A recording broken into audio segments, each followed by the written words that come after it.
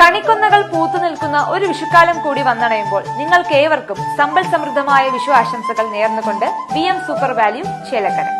ആലത്തൂർ ലോക്സഭാ മണ്ഡലം തെരഞ്ഞെടുപ്പ് LDF സ്ഥാനാർത്ഥി K രാധാകൃഷ്ണൻ പഴയന്നൂരിൽ പര്യടനം നടത്തി.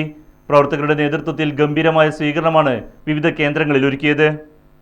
സ്വാഭാവികമായും കഴിഞ്ഞ സ്വീകരണ കേന്ദ്രങ്ങളിലെ എല്ലാം ഉജ്ജ്വലമായ സ്വീകരണങ്ങൾ വിളിച്ചോതുന്നത് സഖാവ് K രാധാകൃഷ്ണന്റെ വിജയം സുനിശ്ചിതമാണ് എന്നുള്ളതാണ്.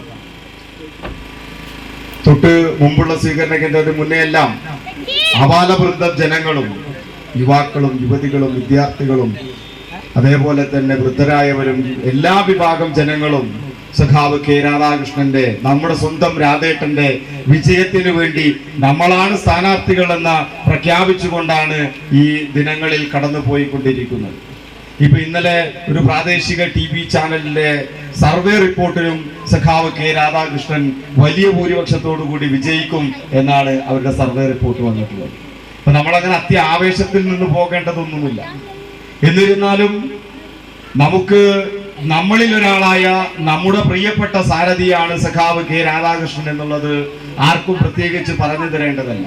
ഇവിടെയുള്ള ആളുകളെ ഒന്നും ഇപ്പൊ നമുക്ക് പരിചയപ്പെടുത്തി തരേണ്ട കാര്യം കൂടി ഇല്ലാത്ത സ്ഥാനാർത്ഥിയാണ് സഖാവ് K രാധാകൃഷ്ണൻ.